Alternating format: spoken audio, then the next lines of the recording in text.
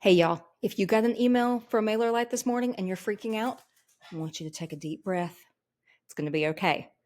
So, the announcement came out this morning that MailerLite is reducing the number of subscribers on their forever free plan from 1,000 to 500. Now, I know a lot of you may be kind of around that 500 mark or around that 1,000 mark, and you're going, oh no, I may have to start paying.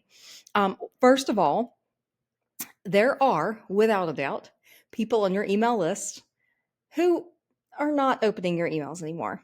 I'm sorry, it's just a hard truth of email marketing. And so we actually have some things that we can do to decrease the number of people who are considered active in MailerLite, to hopefully help us manage that subscriber list. Now, I know it sounds crazy for an email marketing specialist to tell you to reduce the size of your list, but this is a really important thing that we all need to be doing consistently and all the time, is keeping our email lists clean. And that means we don't need to be emailing people who are not opening or interacting with our emails. Okay.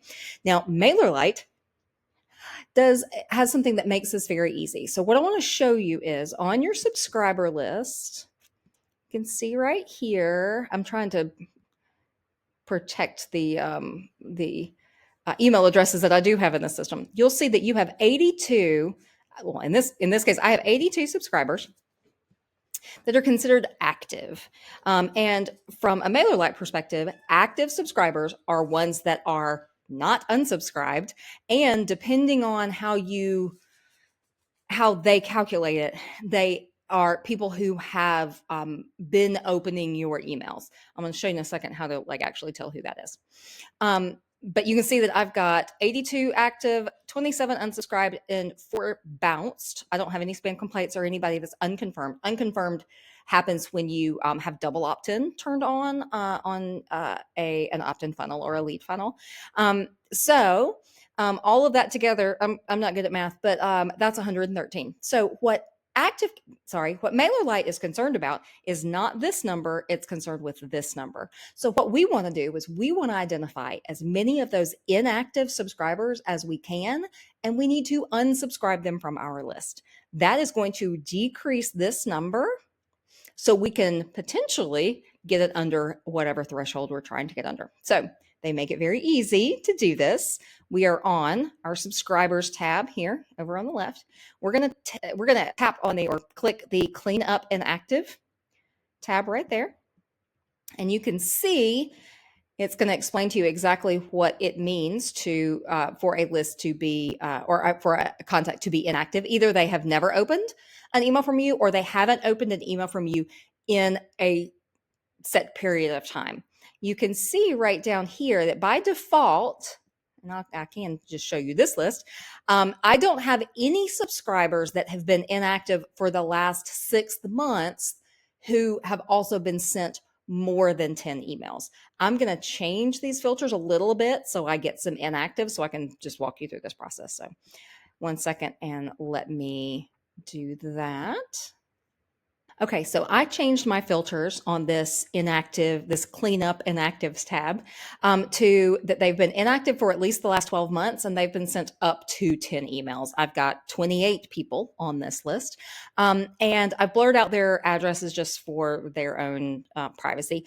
But all I have to do here is I just go through and I can either click them individually, or I can click this little down arrow, and I can select all of them that are visible on the page, or all of them that are visible that are on the list, regardless of how many pages it might tab through. I'm just going to leave the ones there. I've selected 5 of them. I hit unsubscribe inactive, and this is just confirming that they are being unsubscribed. They're not being blocked in any way. They can come back to our list if they go back through a web form or a landing page or anything like that. So they're not, forever out of our world, but they can come back. But we are unsubscribing them so that we are not sending them emails because they're not opening the emails anyway, but also so they're not being counted against our active limit. So I'm going to hit unsubscribe inactive, and my list of, I'm going to go back over to my all subscribers list. And Now you can see that my active number of subscribers, it was 82. Now it's 77. So those 5 have been unsubscribed, and they should show up in the unsubscribed list right here. There are those additional 5 there. So take a few minutes, and it does not take long. Go through this process, unsubscribe the folks that you think or that MailerLite is telling you are no longer active, and that will hopefully reduce that number for you in terms of the number of contacts that you are going to be charged for. If you keep it under 500, you're not going to be charged for it anyway. But the other thing I want to remind you of is, we need to be doing this anyway. So even if you are on a paid plan, or even if you have 77 people active in your account, still make sure you're cleaning up your inactive subscribers, because continuing to send emails to people who are not opening or engaging with them is going to hurt your deliverability. And that is not something that we want to do. The second thing I want you to think about is the paid plans for MailerLite specifically. They are very reasonably priced, anywhere from $10 to $15, and prices do go up, but they're very reasonable, and you can get a big discount now, 3 months of savings on a paid plan. But the other thing I want you to think about is these paid plans have support. The free plans do not have MailerLite support. The only support available if you are on a free plan is a user community that is over on Circle. They even closed down their Facebook group. They don't use their Facebook group anymore.